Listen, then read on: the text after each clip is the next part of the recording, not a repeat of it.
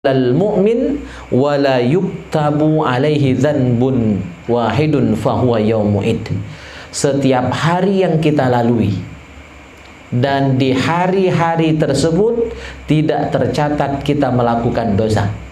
Malaikat tak mencatat kita melakukan dosa hari itu, walaupun satu tidak tercatat.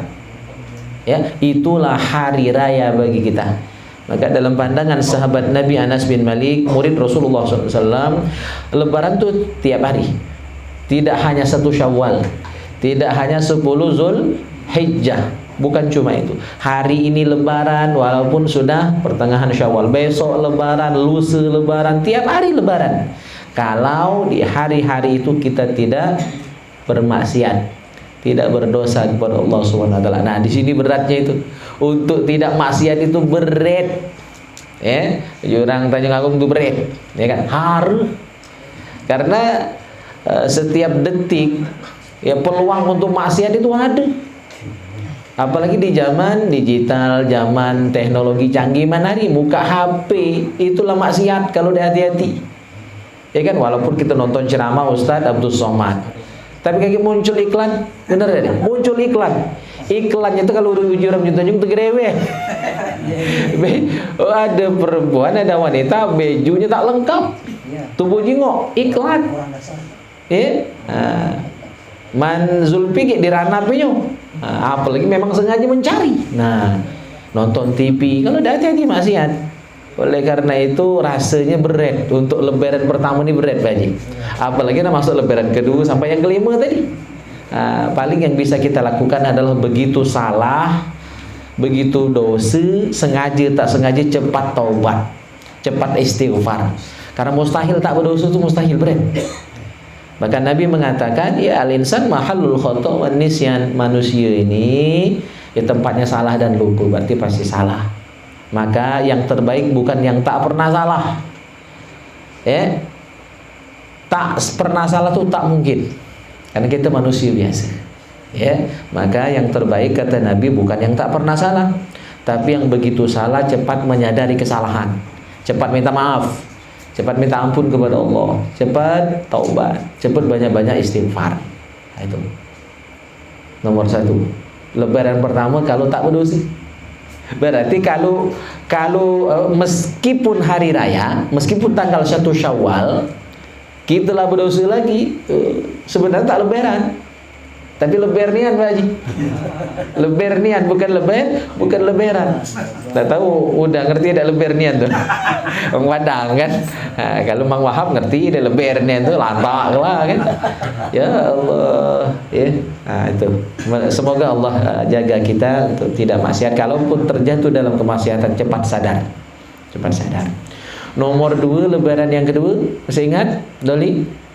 Ya, 2 minggu yang lalu kan disampaikan juga di Masjid Nurul Ihwan Remiling kan, Nurul Ihsan Remiling. Yang kedua, al-yaumal ladzi yakhruju fihi minad dunya bil iman wa syahadah wal ismah min kaidi syaitan. Lebaran yang kedua adalah ketika kita mati kan? Mana matinya? Matinya bawa iman. Matinya pacak ngucap syahadat, matinya pacak ngucap la ilaha illallah, matinya selamat dari tipu daya setan pada saat sakratul maut kakek. Itulah hari raya. Jadi hari raya itu di donya tak maksiat. Waktu mati kakek mati mawa iman, mati pacak ngucap la ilaha illallah. Yang Nabi bersabda, man akhiru kalamihi la ilaha illallah dakhalal jannah. Orang yang di akhir hayatnya baca mengucap la ilaha illallah dijamin masuk surga. Tapi kan berat nak mengucap la ilaha illallah itu. Ya, jangan sangka walaupun kalimatnya pendek la ilaha illallah itu, jangan sangka mudah mengucapnya kaki waktu nak mati, berat. Dan tidak baca juga nama kopelan. Ya kan? Atau ya tidak baca. Itu iman yang dipupuk selama kita hidup ini. Nah, itu yang akan mempermudah kita kaki. Yang lemah mengucapnya waktu dia masih hidup, yang sering mengucap la ilaha illallah waktu dia gege, waktu dia sehat, itu yang akan dipermudah. Ya, itu yang akan dipermudah untuk mengucapkan la ilaha illallah di akhir hayatnya kaki. Ya, itu. Yang ketiga, kita singkat saja karena dua kitab belum dibahas. Ini masih mukadimah nih. Ya, hari dulu loh Kak, jam 12 balik malam ini. Yang ketiga, lebaran yang ketiga adalah al-yawmal ladzi yujawizu fihi as-sirat wa ya'manu min ahwalil qiyamah wa yakhlusu min aidil khusum waz zabaniyah fa huwa yaumu'id. Hari raya ketiga adalah ketika kita di akhirat kaki, pacak liwat dari sirat. Itulah hari raya. Kalau tak pacak liwat, masuk mereka tak lebaran hari itu, tapi lebar niat. Lebar kau jarang dulu, lebar. Ya. Pacak lewat dari sirat, itulah hari raya. Terus selamat dari huru-hara pada hari kiamat. Huru-hara pada hari kiamat itu kesulitan yang terjadi di hari kiamat. Misalnya matahari begitu dekat, kita tak berselop, tak berbaju, telanjang bulat, matahari sangat dekat, maka berkeringat luar biasa. Ya, ada yang sampai mata kaki, ada yang sampai lutut, ada yang sampai pinggang, ada yang sampai tukuk, sampai leher, ada yang tenggelam oleh keringatnya masing-masing. Itu huru-hara. Nah, kalau selamat dari hari itu, ya berarti kita lebaran. Terus wa yakhlusu min aidil khusum waz zabaniyah, masih lebaran yang ketiga, kita selamat dari tangan musuh-musuh kita dan selamat dari siksaan malaikat zabaniyah. Itulah hari raya yang ketiga. Ya, selamat dari sirat, terus selamat dari huru-hara pada hari kiamat, terus selamat dari musuh kita, dan selamat dari malaikat zabaniyah. Nah, pertanyaannya, siapa musuh kita? Musuh kita di akhirat kage adalah orang yang pernah kita sakiti. Kalau pernah nyakiti bak, mi, mertua, guru, tetangga, adik-beradik, di akhirat kage itulah musuh tuh. Ya, maka hati-hati, jangan pernah nyakiti orang. Hekok pun. Maka pesan Nabi, satu musuh itu sudah sangat banyak. Ya. Musuh itu maksudnya orang yang kita sakiti, itu musuh. Bermusuh di akhirat kage, walaupun dengan bak, dengan mi, pacak bermusuh di akhirat. Maka kan ada ayat, yauma la yanfa'u malun wala banun. Di akhirat kage tak kati guna harta, tak kati guna anak. Anak yang mana? Anak yang kurang ajar dengan orang tua ini. Ya. Nah, maka pernah nyakiti orang di dunia ini, kalau belum minta maaf sampai mati, di akhirat kage itu bakal jadi musuh. Makna musuh di situ adalah orang itu kage ngambil amal soleh tubuh, dan kalau amal tubuh belum cukup maka dosanya diberikan, diberikan kepada orang yang pernah menzoliminya, menganiayanya, menyakitinya. Maka selama kita berlebaran biasanya kita saling tandang, silaturahmi, maaf-maafan dalam rangka itu. Bukan cuma ngincar makan kuenya be, bukan cuma ngincar makan ketupat, makan daging, itu cuma penyemangat be, cuma hiburannya, cuma tambahan. Intinya bertandang tuh minta maaf. Ya, masalah makan tak makan, ya itu urusan belakang. Minta maaf itu dulu. Dan terutama yang paling mungkin dan besar kesalahan kita dengan orang yang terdekat. Sama-sama jamaah masjid, sama-sama jamaah majelis taklim, ya kan, itu pasti laki bini, anak berenak, dulur, tetangga, itu pasti banyak salah. Ya kan, karena bertemu terus. Semakin sering bertemu, semakin banyak peluang tubuh ada salah. Nah, aku nih paling banyak ngomong kan, pasti banyak salah juga.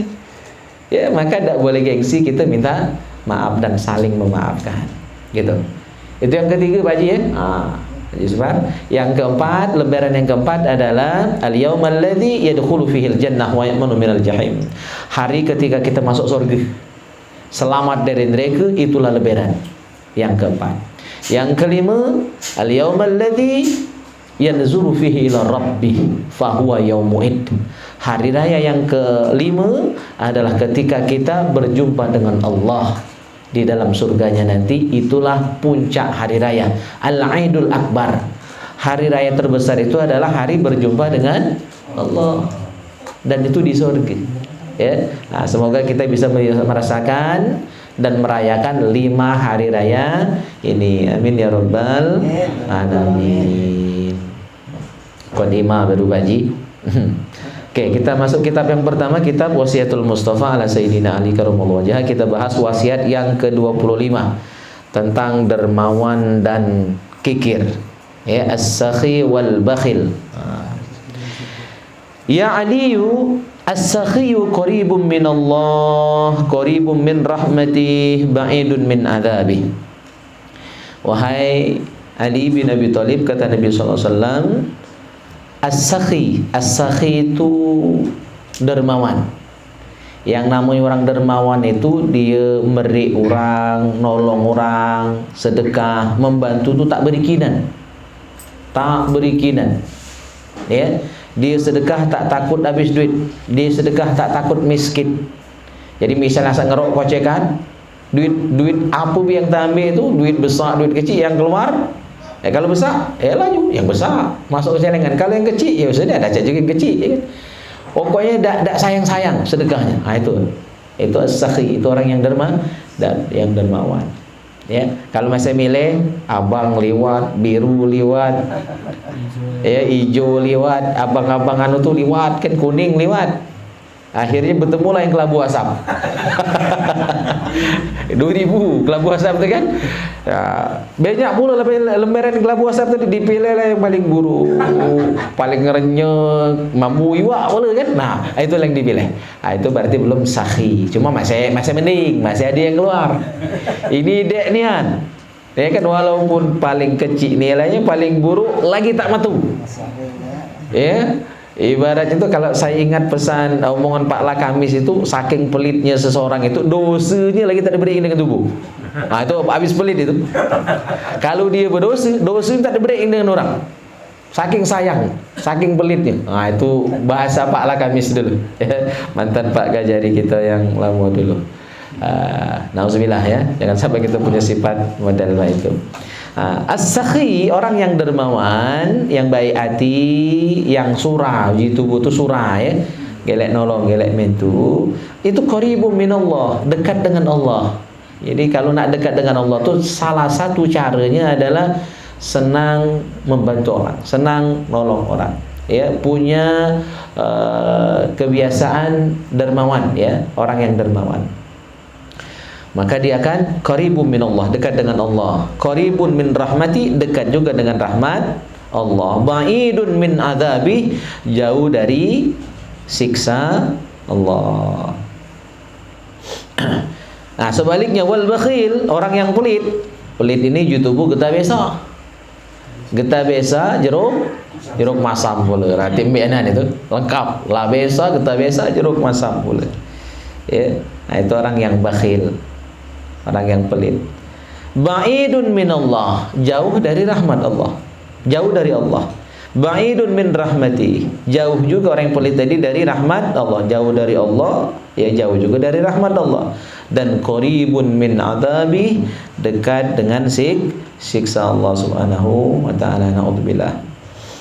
Ya Ali, ra'aitu maktuban ala babil jannah anti muharramatun ala kulli bakhilin wa akin wa nammam. Wahai Ali, pesan Nabi SAW, aku melihat waktu Isra, kata Rasulullah kan waktu Isra Mi'raj itu naik masuk surga, masuk neraka juga. Nah, ketika beliau masuk surga, beliau melihat ada tulisan di atas pintu surga. Pintu surga itu ada 8. Ya, pintu neraka berapa? 7. Ya, nah itu untuk menunjukkan bahwa rahmat Allah lebih luas daripada azabnya. Buktinya surganya lebih banyak daripada nerakanya. Nah, di atas pintu surga kata Rasul ada tulisan.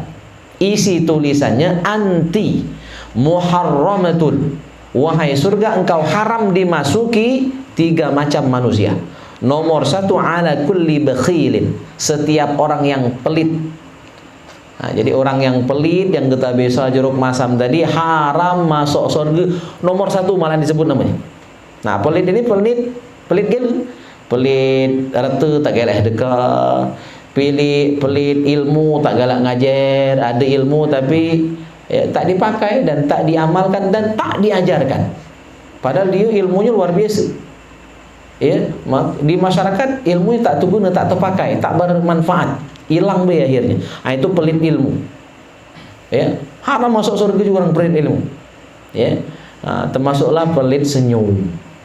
Ya, rai merengut bebe. Nah, itu pelit senyum itu.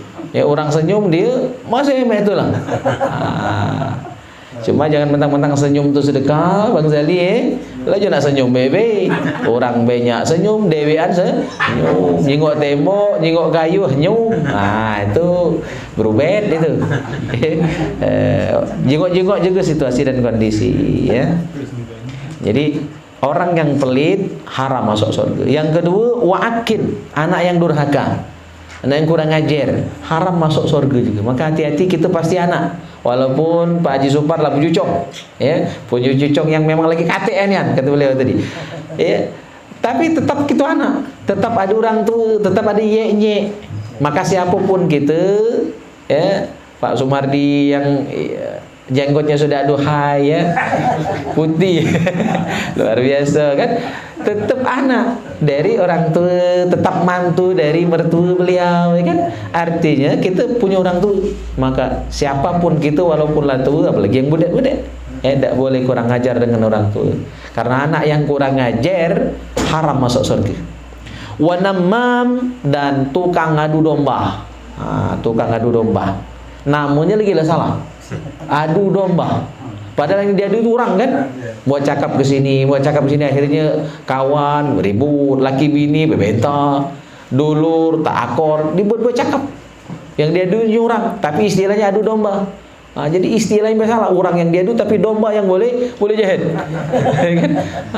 Ini salahnya total itu, ya. Perbuatannya tercela, dan ya, kambing yang tak tahu menau jadi kambing hitam, ya kan? Nauzubillah. Tiga macam manusia ini jangan sampai kita punya tabiatnya, ya, pelit, durhaka, dan adu domba. Oke, sikok hadis lagi kita, wasiat yang ke-27. Setelah itu kita bahas tentang kematian. Tak tinggal bab kematian ini. Ya Aliyu, lamma khalaqallahu al-jannah qalat ya Rab lima khalaqtani. Wahai Ali, kata Nabi sallallahu alaihi wasallam, manakala Allah menciptakan surga, Allah berfirman, ya, kepada surga. Ya, Allah berfirman, bukan surga yang berkata, ya, qalat ya Rab lima khalaqtani. Surga bertanya kepada Allah, ya Rab, wahai Tuhan, untuk apa aku diciptakan? Apa tujuan Allah menciptakan surga? Maka menjawab pertanyaan dari surga ini, Allah berfirman, qala likulli sakhiyyin wa taqiyyin. Ya, kata Allah, wahai surga, engkau sengaja aku ciptakan likulli sakhiyyin wa taqiyyin, untuk setiap orang yang dermawan dan setiap orang yang bertakwa kepada Allah Subhanahu wa taala. Jadi syarat nak masuk surga dermawan dan takwa. Dan takwa ini kan tujuan kita puasa kemarin. Mudah-mudahan dengan puasa selama bulan suci Ramadan, ibadah selama Ramadan, tadarus, ya, zakat, dan seluruh amal yang kita laksanakan di bulan Ramadan kemarin, kita jadi la'allakum tattaqun. Ya, sebagaimana tujuan kita puasa di Al-Baqarah disebutkan la'allakum tattaqun, agar kita jadi orang takwa. Karena syarat kunci, ya, jalan nak masuk surga dua dalam hadis ini disebut. Jadi orang baik hati, jadi orang dermawan, dan jadi orang yang takwa, ya, takwa kepada Allah Subhanahu wa taala. Maka apa kata surga? Qalat raditu. Ya, surga berkata raditu, aku rela, aku ikhlas, aku ridho, aku senang. Arti raditu dia, aku senang dimasuki oleh orang yang dermawan dan orang yang bertakwa tadi. Wa qalatin nar. Nah, neraka tak kalah saingan, bertanya pula. Wa qalatin nar, neraka bertanya kepada Allah, ya Rabb lima khalaqtani. Wahai Allah, kenapa engkau menciptakan aku? Uji neraka. Qala, Allah berfirman, likulli bakhilin wa mutakabbirin.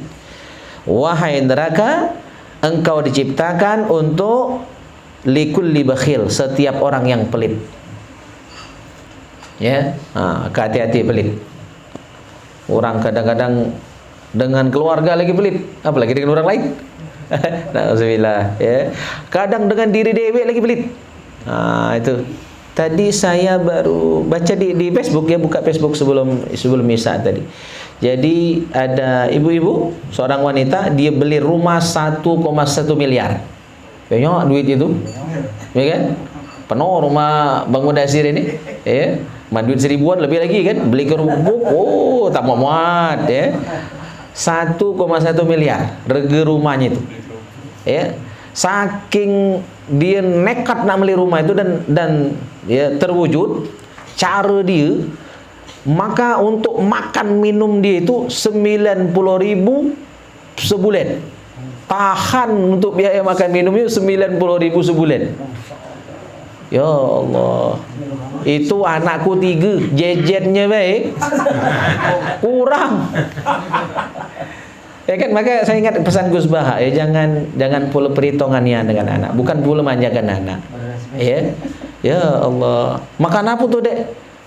Ada setengah hari tidak cukup. 90.000 sebulan. Sebulan. Aku tak pacak bayangnya itu. Mak mana itu kalau dibagi sebulan? Berapa makannya? Hidupnya itu bukan hidup zaman dulu, hidup zaman ini. Kalau zaman dulu mungkin oke lah. 3.000 hari. 3.000 sehari. Cukup apa? Makan apa? 3.000 sehari. Ya Allah. Ya itu nyiksa. Tak boleh juga kita. Ya, berlebihan kan tak boleh. Ya, apa terlalu pelit tak boleh. Terlalu hemat itu ya. Akhirnya jadi pelit. Tak boleh jugalah. Ya, berlebih-lebihan, boros, mubazir juga salah. Itu tuh sedang-sedang be. Pelit nian jangan untuk diri dewek dan keluarga itu. Ya, tapi hemat itu bukan berarti pelit. Kan begitu. Ya Allah, 90.000 sebulan. 3.000 sehari ya. Maka itu lo kak bakal saru itu kalau berdasarkan hadis ini, saru di dunia, saru di akhirat mulu. Ya. Masa mending kalau rumah lah terbeli, hidup mungkin berubah ya kan? Nah, kalau kakek masa mah itu lah, percuma rumah bagus. Tak boleh baca nikmatnya kan? Jadi setiap orang yang pelit itu mereka siap nampungnya. Wa mutakabbir, dan setiap orang yang sombong. Jadi yang bakal masuk mereka itu dua berdasarkan hadis ini. Orang pelit, orang sombong. Nah, orang sombong tuh mana? Tuh Bu ngatakan orang sombong tuh orang yang tak boleh ramah, banyak pendiam. Tubuh sebut itu sombong, bukan. Itu orang tak ramah, tak banyak ngomong, pendiam, mereka bukan sombong. Ya. Kalau orang misal tubuh lintasin jalan tubuh ngalo ini tak perlu nyimbet, itu bukan sombong, tak terjengok atau tak tahu kan. Bukan semua sombong nian si anu, kalau tidak dengar dak itu nyapa kan. Mungkin tak terjengok.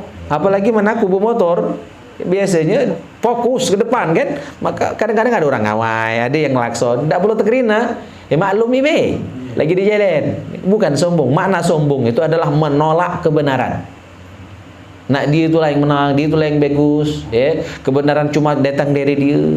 Mentang-mentang guru, mentang-mentang ustaz, dia harus benar terus, ya. Nah, itu tidak. Itu sombong. Ya, menolak kebenaran itu sombong. Ya. Qalat ana laha. Apa kata neraka? Mendengar firman Allah bahwa yang berhak masuk neraka itu orang pelit, orang sombong. Apa uji neraka? Qalat ana laha. Ana laha, aku siap nampungnya. Jin mereka siap, aku siap makernya. Siapa yang nak maker mereka? Orang pelit, orang sombong. Tapi semoga Allah jadikan kita orang-orang yang dermawan, yang salamatus sadar, dan orang yang bertakwa, dan semoga Allah hindarkan dari kita jadi orang pelit dan jadi orang sombong. Amin ya rabbal alamin. Tapi sebelum kita lanjut, ada yang nak ditakon ke tentang materi atau di luar materi boleh. Terakhir kita bahas tentang azab kubur.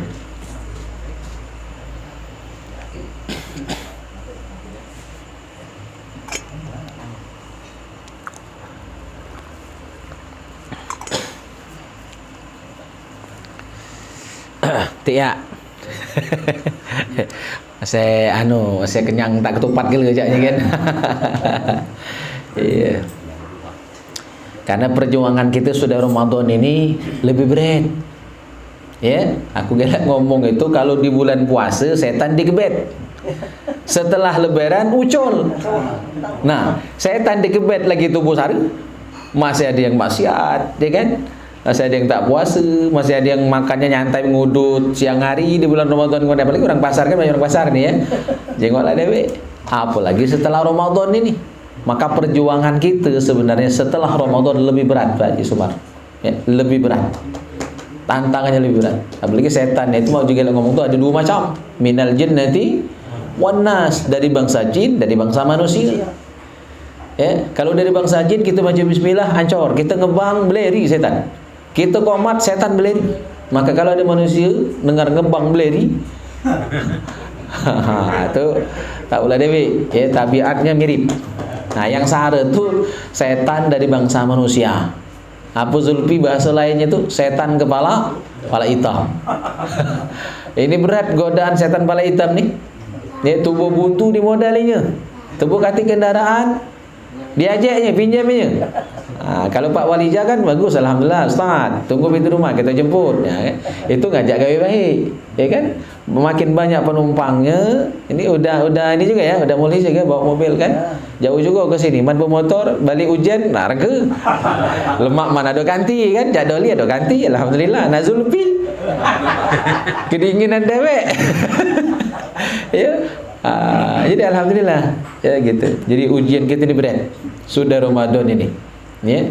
Maka pelajaran sebulan Ramadan itu harus diterapkan 11 bulan ya. Dan beratnya setelah Ramadan itu kita kedewean masing-masing. Kalau puasa Ramadan kan serumah ya, orang banyak berganti. Kalau ngodok Ramadan dewean, mantak tahan niat tak puasa godok tadi. Sampai masuk Ramadan berikutnya masih belum bayar utang kodok tadi, utang puasa tadi. Puasa Syawal mah itulah. Sebenarnya puasa Syawal sudah boleh tanggal 2 ya. Yang haram itu cuma tanggal 1, tanggal 2 sudah boleh. Cuma sayang kan, rugi puasa rasi, tupat masih banyak, daging masih banyak, tandangan ya banyak, ya kan? Maka bagus sebenarnya, cuma agak berat nak kita mulai ya. Barangkali Pak Kades pacak ngulukan tubuh di Tanjung Agung nih kan, karena kalau Kades itu punya kekuasaan ya, dakwahnya dengan kekuasaan ya. Kalau cara di Jewu bagus, lemah kompak.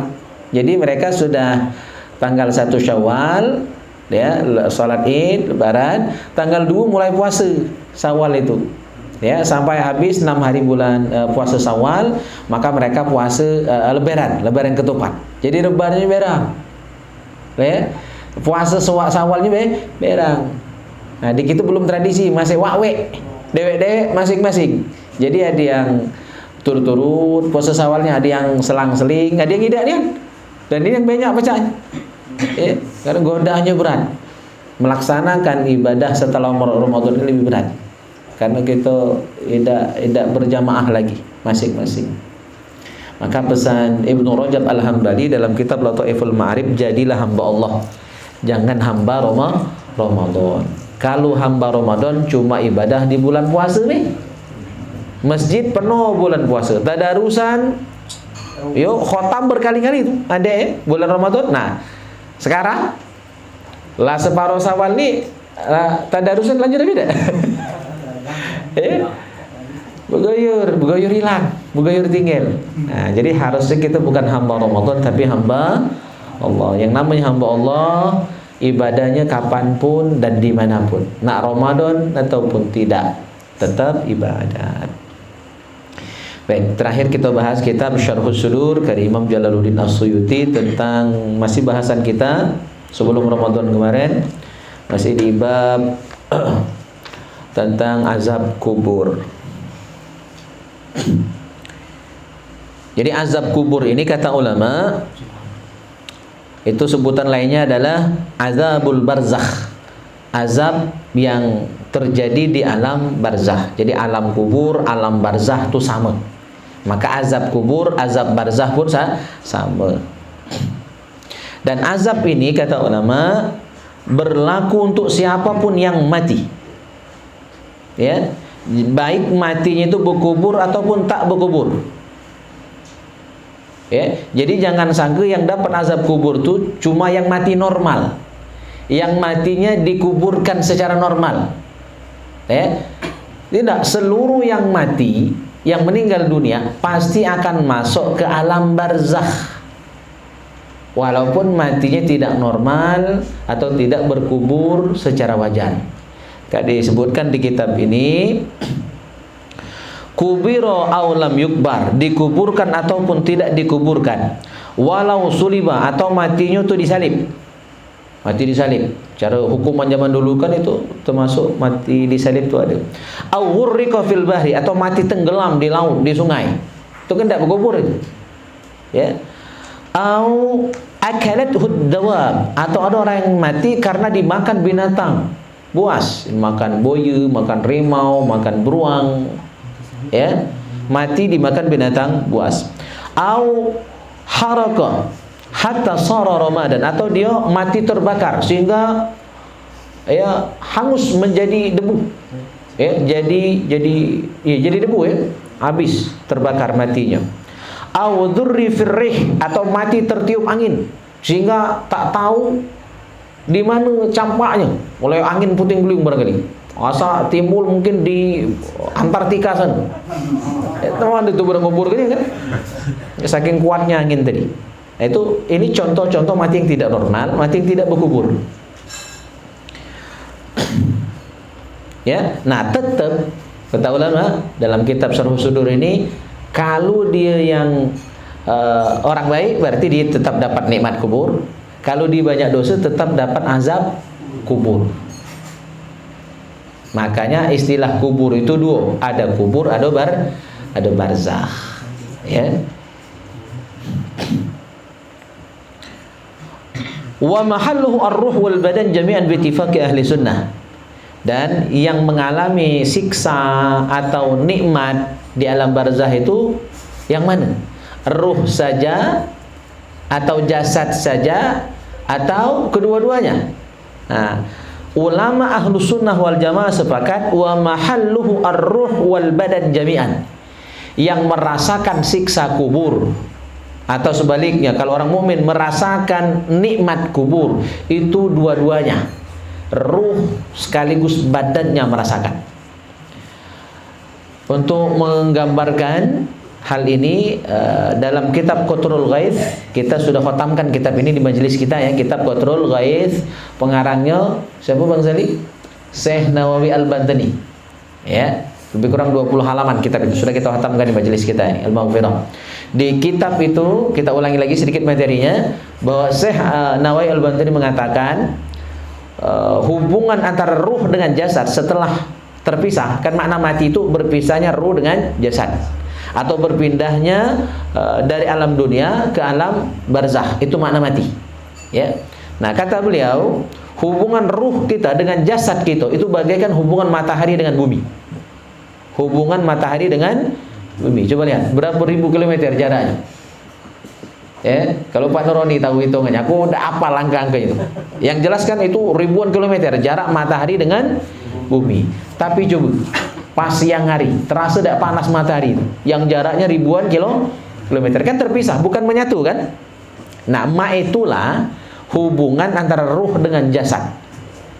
Ya, ketika jasad kita dikubur, disiksa, maka ruh kita yang sudah terpisah jauh dengan jasad tadi, ya, itu tetap merasakan siksaan tadi.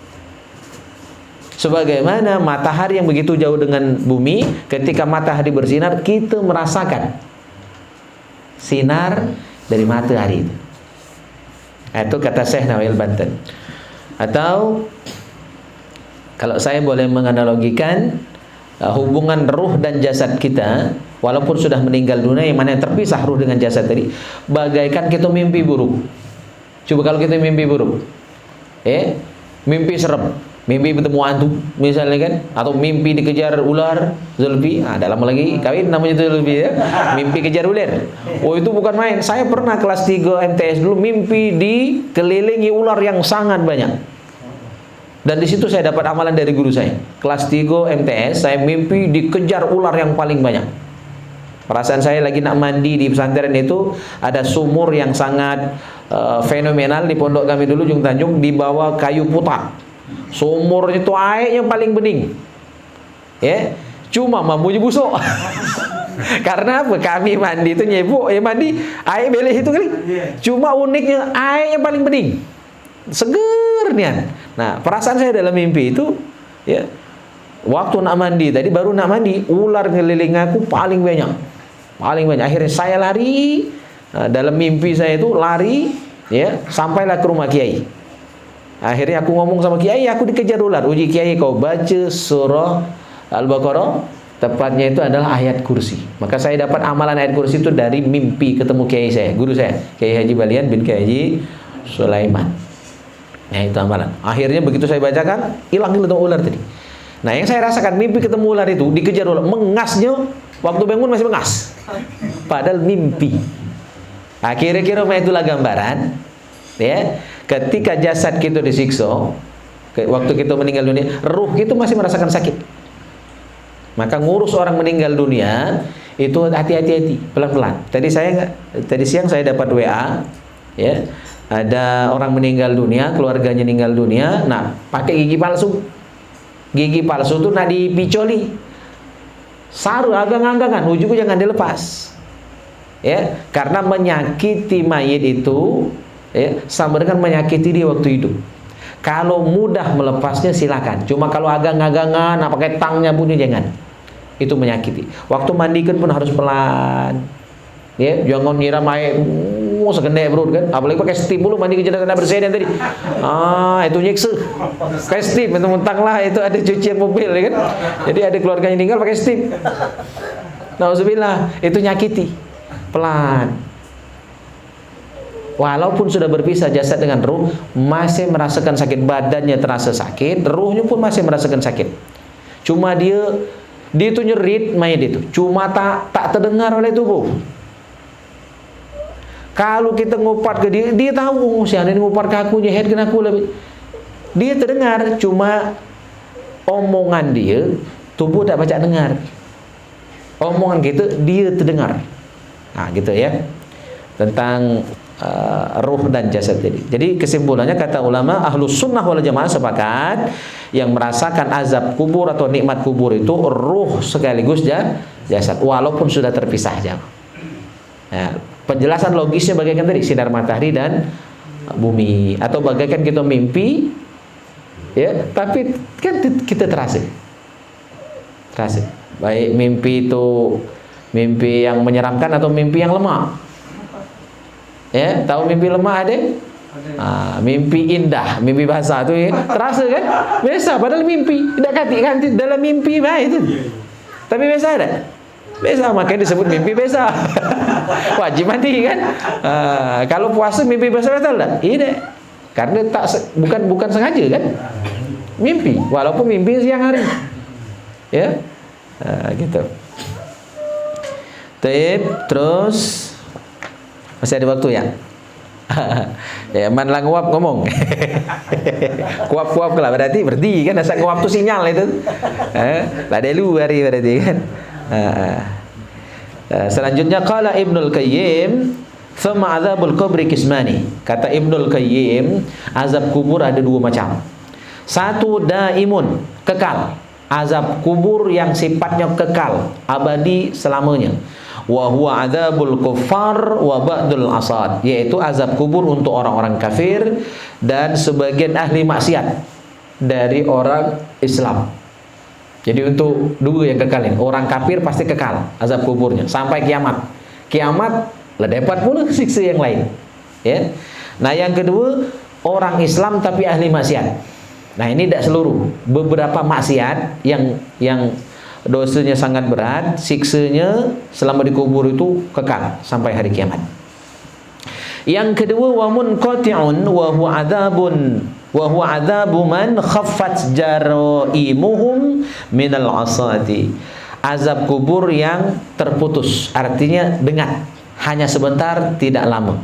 Untuk siapa?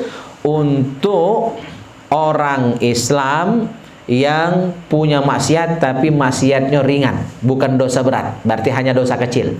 Nah, yang dosa besar yang kekal tadi. Yang dosa kecil dapat siksa cuma tak lama.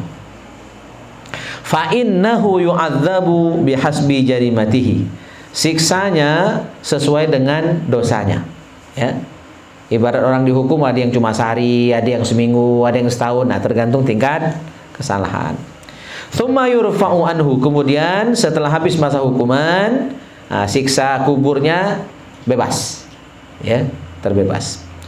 Nah, mana cara kita nolong kalau ada keluarga kita yang sudah meninggal dunia dan ternyata dia ada dosa, dan dengan dosa tadi dia berhak dapat siksa kubur. Pacak tak tubuh nolongnya, itu kan? Pacak tak tubuh nolongnya? Pacak.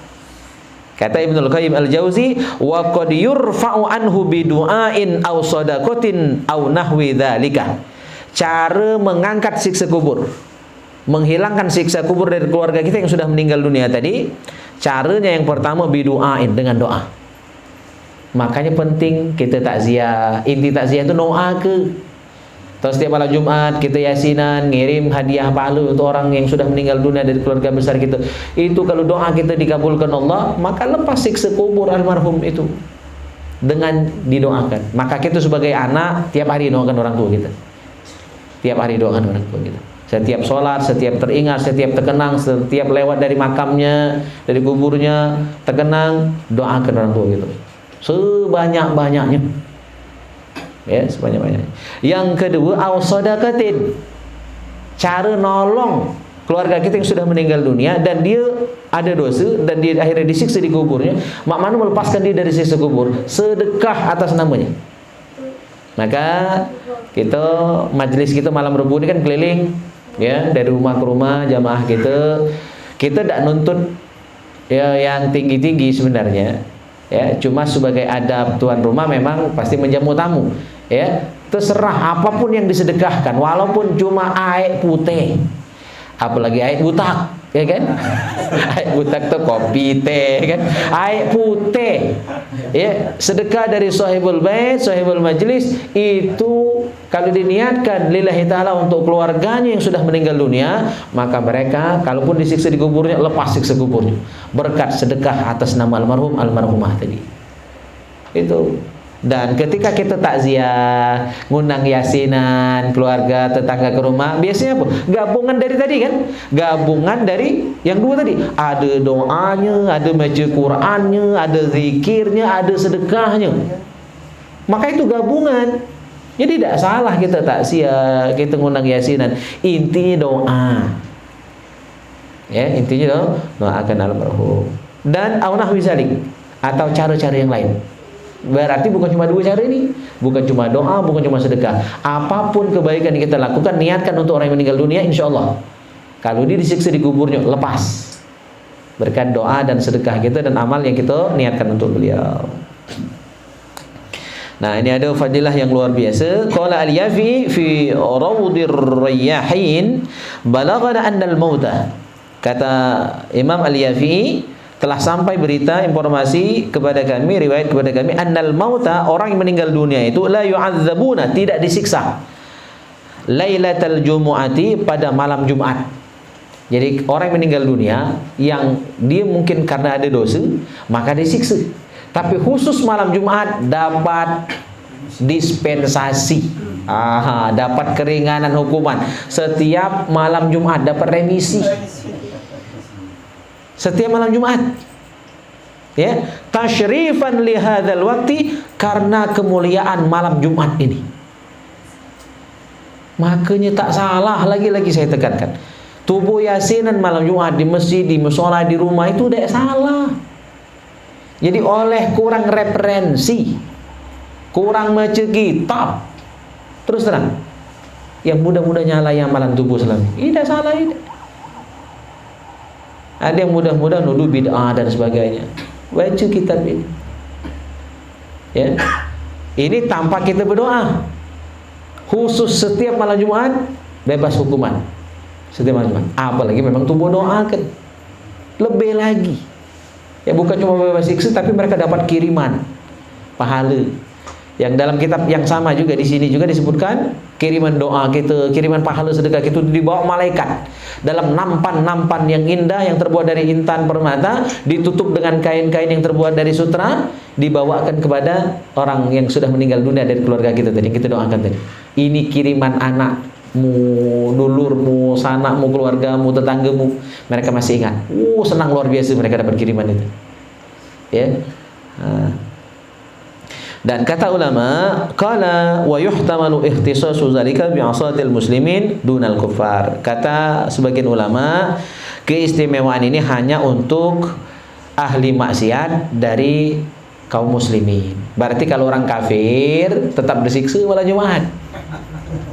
Yang dapat kemuliaan ini kalau orang Islam.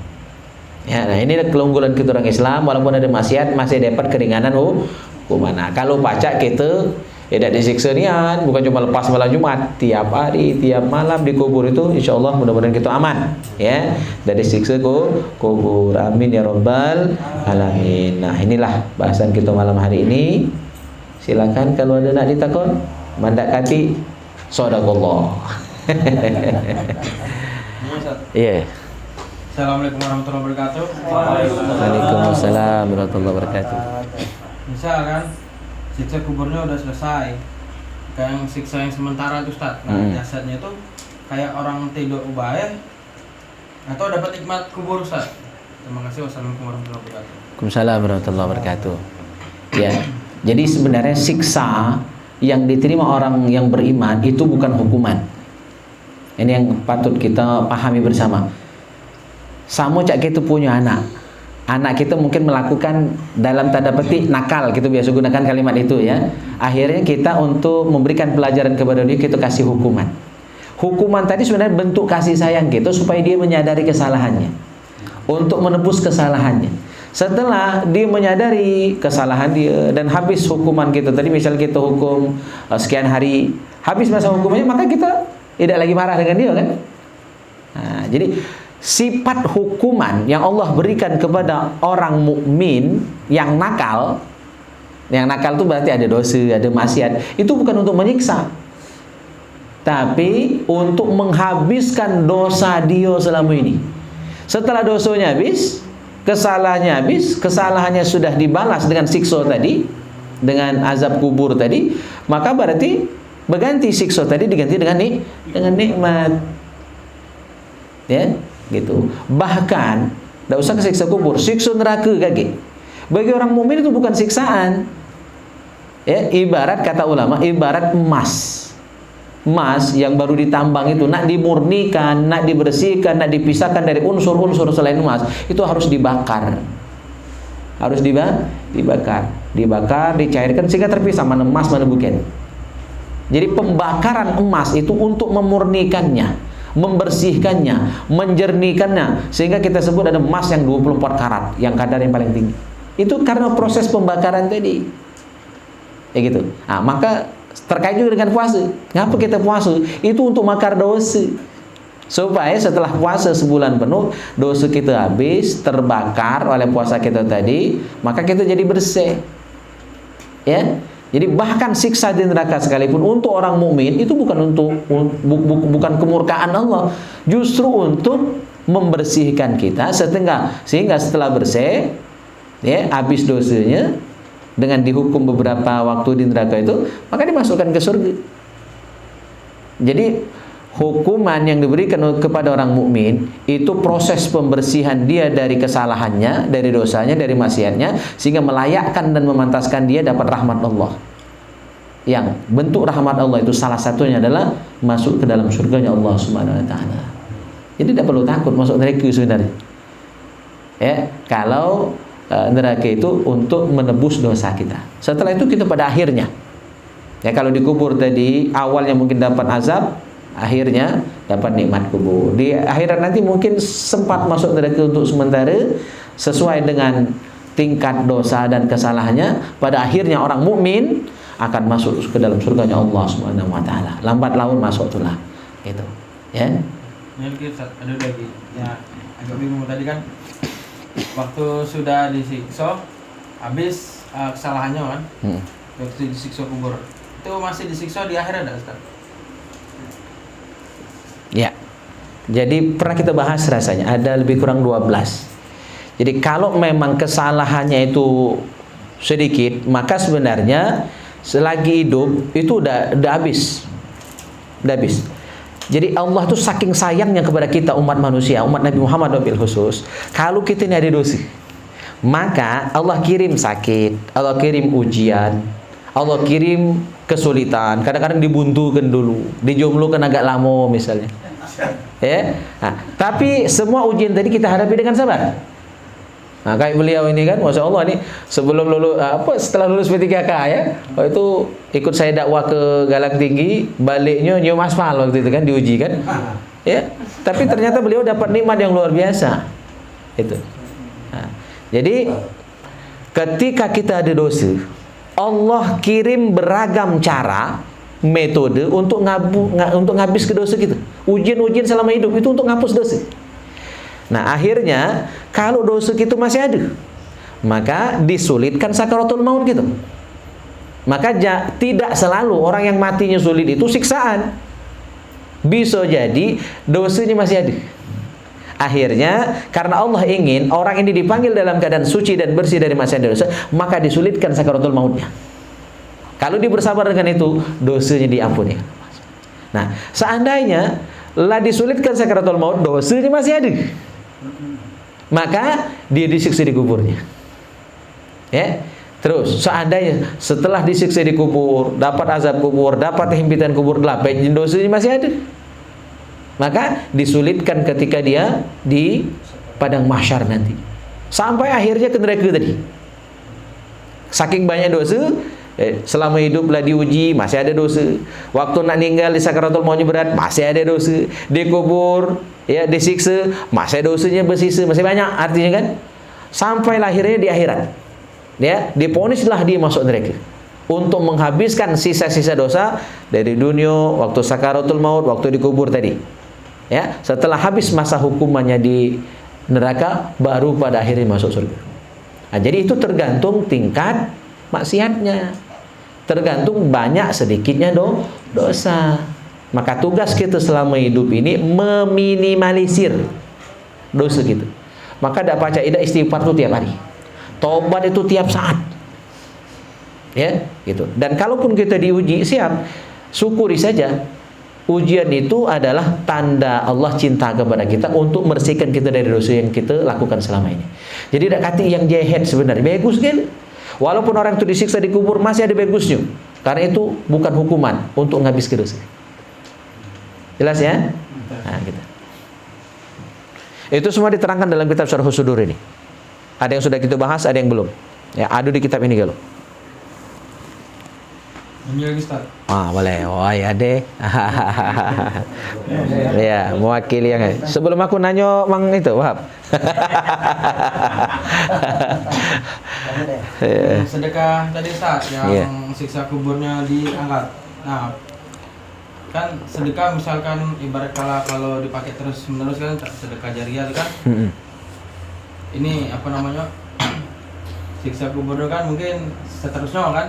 Misalkan sedekahnya kan ada Jumat baik apa selamanya siksa kuburnya diangkat apa tidak Ustaz? Apa cuma hari itulah apa misal sedekah misalnya Jumat kan? Hari ini misal di atas nama orang tua, hari itulah baik atau sampai seterusnya Ustaz? Kan cuma sekali kata Ustaz. Iya.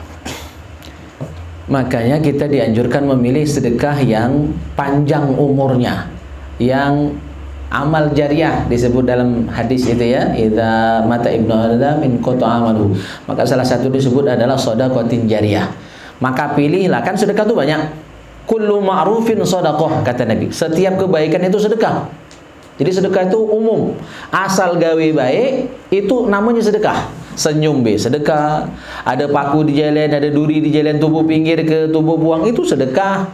Apalagi memang dihidang kete kan, ada hemangke ya kan, macam-macam. Ini lebih jelas adalah sedekah. Ya. Nah, tapi yang sedekah yang seperti ini sifatnya kan sementara. Ya, temporer. Maka pilihlah yang shadaqatin jariyah. Sedekah jariyah itu sedekah yang bertahan lama. Maka misalnya bangun masjid, ya minimal kalau nak bangun masjid kan tidak baca nak dewan. Minimal yang baca tubuh tolong.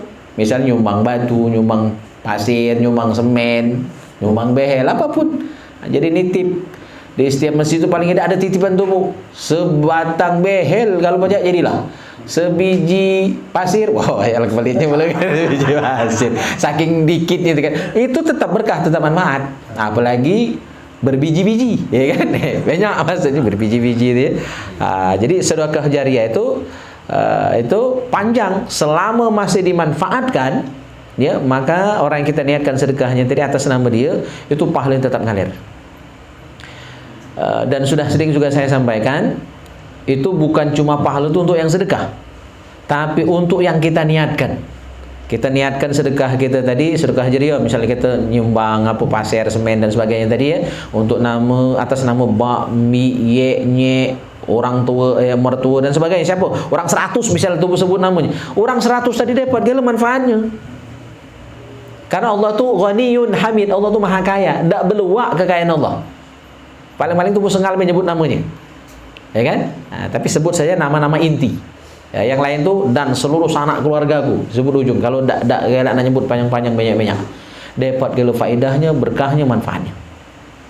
Ya, jadi maka pilih sedekah jariah. Ya, dan ilmu ini termasuk investasi yang jangka panjang. Ya, saya ngajarkan kepada jamaah ngajarkan anak cucung terus ngalir sampai siapapun yang dapat berkah dari ilmu yang kita pelajari ini. Doli termasuk menyiarkan siaran kita ini, di-share ke mana-mana. Siapapun yang dapat berkahnya, maka makin banyak yang dapat berkahnya, manfaatnya, faedahnya, ya, itu pahalanya untuk kita gila. Itu menjadi sedekah jariah, amal jariah. Ya, gitu. Berarti Ustaz, kalau yang sementara juga sih. Iya, berarti yang sementara. Kalau yang abadi, yang jariah tadi panjang juga. Faedahnya, manfaat. Jadi pahala itu termasuk penghentian hukuman tadi, itu kan bagian dari pahala juga. Gitu.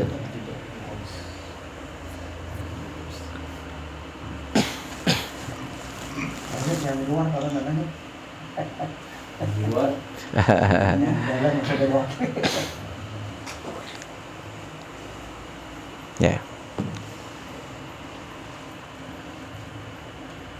Kalau lama diam cukup berarti.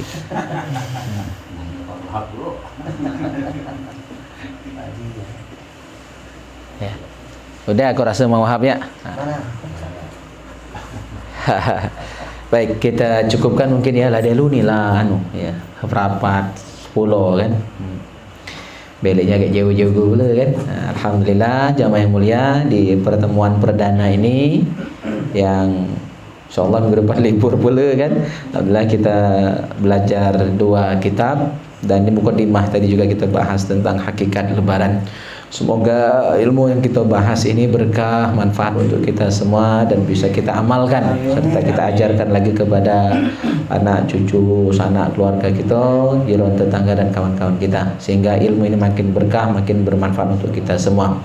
Dan yang terpenting sering saya sampaikan, ilmu ini bukan cuma untuk gagah-gagahan, bukan untuk cuma dihafal, diingat, dibicarakan saja, tapi jauh lebih penting daripada itu adalah untuk merubah akhlak kita, untuk diamalkan dalam kehidupan kita sehari-hari. Itu yang paling penting dari ilmu yang kita pelajari ini. Ini saja, lebih dan kurang mohon maaf. Kita tutup dengan doa kafaratul majlis. Subhanakallahumma bihamdika asyhadu an la ilaha illa anta astaghfiruka wa atubu ilaik. Wassalamualaikum warahmatullahi wabarakatuh. Doa penutupnya Pak Haji.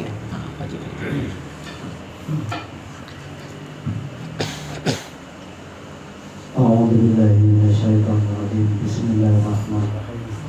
Alhamdulillahirabbil alamin, hamdan syakirin, hamdan alim, hamdan yu'ti anhu qadim mazida. Amin. Ya rabbana wa lakal hamdu wa lakal syukru kama yanbaghi li jalalatil karim wa 'azimi sultani. Amin. Allahumma shalli wa sallim ala sayyidina Muhammadin wa ala ali sayyidina Muhammad. Amin. Allahumma ighfir lana dhunubana wa li walidina warhamhum kama rabbawna shaghira. Wa jami'il muslimin wal muslimat wal mu'minin wal mu'minat al-ahya'i minhum innaka ala kulli syai'in qadir. Amin ya Allah. Allahumma sabbina bil iman wa sabbina bil islam wa sabbina bil tauhid wa sabbina bil istiqamah wa sabbina bil ma'rifah wa sabbina ala sayyidina Muhammad sallallahu alaihi wasallam fid dunya ila daril akhirah. Amin. Allahumma ya syid wa ya syid Allahumma ya syid wa ya syid bi rahmatika ya arhamar rahimin. Amin. Allahumma ta'ala ya rabbal khair wa rabbal barakah. Ababa nikmah, ababa rizki, ababa sehati, ababa quwwati, ababa salam, ababa jannah. Allahumma atina min kulli bala'id dunya syarril akhirah wa syarrid dunya wa syarril akhirah. Barakallahu lana wa lakum bi rahmatika ya arhamar rahimin.